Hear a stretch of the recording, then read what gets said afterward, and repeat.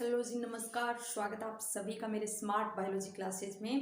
तो याद रखना, हमेशा बेहतरीन दिनों को प्राप्त करने के लिए बुरे दिनों का सामना करना पड़ता है। तो कभी भी आप बुरे दिन को देखकर आप मत घबराइए, बुरी परिस्थितियों को देखकर आप कभी भी मत घबराइए। यदि आपके सामने बुरा वक्त या फिर कठिन परिस्थितियां आ रही है तो समझ लेना आपके आगे के दिन अच्छे आने वाले हैं। ठीक है, तो चलिए आज ये हमारी क्लास है, कुछ डाउट्स हैं उनको लेकर। वो डाउट क्या है कि अब एक महीने के अंदर, लास्ट 30 दिनों के अंदर हम फिजिक्स तथा केमिस्ट्री कैसे कवर करें। क्या फिजिक्स तथा केमिस्ट्री, फिजिक्स तथा केमिस्ट्री कैसे हल करें, ठीक है, या कैसे पढ़ें। तो देखिए, मैं उन लोगों के लिए कहूंगी कि जिन्होंने अभी तक केमिस्ट्री तथा फिजिक्स के अंदर 30% से ज्यादा नहीं पढ़ा है, उनके लिए मैं कहूंगी कि मैं आपको टेलीग्राम पर आज आपकी डेट है 24 तारीख है, तो कल 25 तारीख तक कल शाम तक मैं आपको नोट्स डाल दूंगी। जो मैं बोल रही हूँ पूरे नोट्स नहीं है, टोटली नहीं है, लेकिन आपको उसमें कम से कम कितने 70 से 85% तक उसके अंदर कोर्स हैं। ठीक है, एक एक यूनिट वाइज डाल दूंगी। आप मेरे को कमेंट में लिख देना कि आपको यूनिट वाइज डालना है, जैसे यूनिट वाइज या एक साथ इकट्ठा, जैसे फिजिक्स का डालना है या केमिस्ट्री का। ठीक है, या फिर मैं अपने हिसाब से सुविधा अनुसार डाल दूंगी, तो आप वो पढ़ लेना। उसके ऊपर मैं नाम लिख दूंगी, ये फिजिक्स है, ये केमिस्ट्री है। ठीक है, तो ये नोट्स, उसके नोट्स के बारे में बता देती हूँ पहले तो ये कैसे हैं। ठीक है, कि ये नोट्स क्या है कि ये आपके जो उत्कृष्ट क्लासेज जोधपुर के हैं, उत्कृष्ट क्लासेज जोधपुर के जो हैं वीडियो, जो ऑफलाइन वीडियो डाल रखे हैं, क्या है, ऑफलाइन जो वीडियो डाल रखे हैं, उन वीडियो से बनाए हुए नोट्स है मेरे खुद के। जब मैं 2018 वाली वैकेंसी से तैयारी की थी तो उस समय मैंने क्या है, इस ऑफलाइन क्लास ली थी, साथ साथ में नोट्स बनाए थे। ठीक है, प्लस में आपको क्या करना है, अभी टाइम कम है तो आप क्या करते रहना, जिन्होंने अभी तक 30 से 35 कोर्स कंप्लीट किया तो वो तो आप इन नोट्स को रट दीजिए, अच्छे से पढ़ लीजिए। फिर उसके बाद में क्या है, आप क्वेश्चंस हल कर लेना। ठीक है, फिजिक्स और केमिस्ट्री दोनों के मैं डाल दूंगी। ठीक है, तो आप ये पढ़ लेना। और जिन्होंने 30% से ऊपर 50, 60, 70% तक कोर्स कंप्लीट कर रखा है फिजिक्स तथा केमिस्ट्री का, तो वो आप अपना जो कोर्स है वो दौरान कीजिए। यदि इन नोट्सों में से यदि आपको समझ में आ रहा है तो पढ़िए, वरना आप अपने नोट्स को दौरान कीजिए। मैं नहीं कहूँगी कि ये मेरे द्वारा पढ़ाए हुए नोट्स ही आप पढ़िए, आप अपना जो अभी पढ़ चुके हो उसी का रिवाइज कीजिए। क्योंकि क्या होता है कि जैसे अपन क्या है, ज़्यादा मैटर इकट्ठा करते जाते हैं। ठीक है, तो ज़्यादा मैटर इकट्ठा करने से क्या होता है कि अपने माइंड के अंदर एक प्रेशर बन जाता है। किस तरह से कि ये भी नहीं पढ़ा, वो भी नहीं पढ़ा, अब कैसे पढ़ेंगे, दिन कम रहे हैं, क्या करें, कैसे करें। तो इसीलिए आपको ज़्यादा मैटर इकट्ठा नहीं करना है, जो आप पढ़ चुके हो पहले उसका दौरान कीजिए।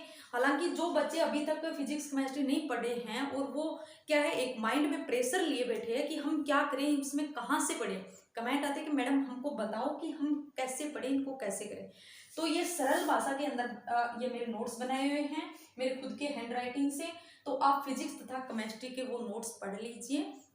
तो आपको मैं ये नहीं कहूँगी कि 100% आपकी फिजिक्स केमिस्ट्री कंप्लीट हो जाएंगी, मैं ये नहीं कहूँगी, लेकिन 50% तक आपका कोर्स लगभग हो जाएगा। और यहाँ से क्वेश्चन भी आ सकते हैं। तो आपका वो क्या है, थ्योरी वाला पार्ट्स 50 से 55 या 70 के करीब, मतलब उसके टॉपिक उसके अंदर 70 के करीब आपको दिया हुआ है। तो आप देख लेना, क्योंकि अभी एक 2018 की वैकेंसी और अभी एक 2022 में आने वाली है, यानी 4 साल का गैप है। तो 4 साल में वो किस तरह के क्वेश्चन दे, किस तरह से बढ़ावा कर सकते हैं, वो अलग बात है, अलग मैटर रखता है। ठीक है, तो आपको फिजिक्स तथा केमिस्ट्री के मैं आपको क्या है, PDF डाल दूंगी, वो देख लेना। और क्या है साइकोलॉजी की आप मेरी क्लास देख लेना, और साथ साथ में मैं आपको टेलीग्राम पे नोट्स पीडीएफ क्वेश्चंस भी डाल रही हूँ। और बायोलॉजी के लिए तो मैं कहूँगी आपको कि बायोलॉजी में आप मेरी क्लास देख लीजिए, और उसके बाद आप एनसीईआरटी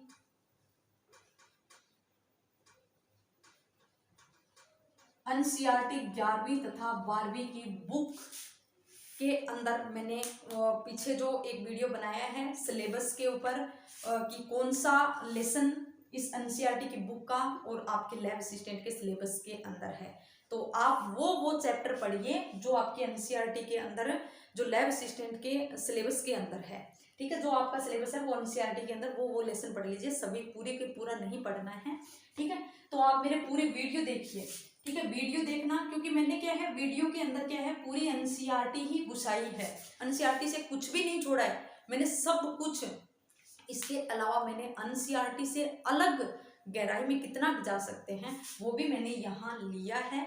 और ये मेरे बायोलॉजी के आप सेकंड ग्रेड की तैयारी कर रहे हो तो भी पढ़ सकते हो, और आप लैब असिस्टेंट की तैयारी कर रहे हो तो वो तो पढ़ना ही है, और साथ में नीट के लिए भी मैं कहूँगी तो पढ़ सकते हैं, ठीक है। तो आपके एनसीईआरटी 11वीं 12वीं पढ़नी है बायोलॉजी में, और प्लस मेरे वीडियो पढ़ने हैं, ठीक है। तो पहले आप वीडियो देख लेना, उस वीडियो के बाद में आप क्या करना, आप एनसीईआरटी का दोहरान कीजिए तो आपका हो जाएगा, ठीक है।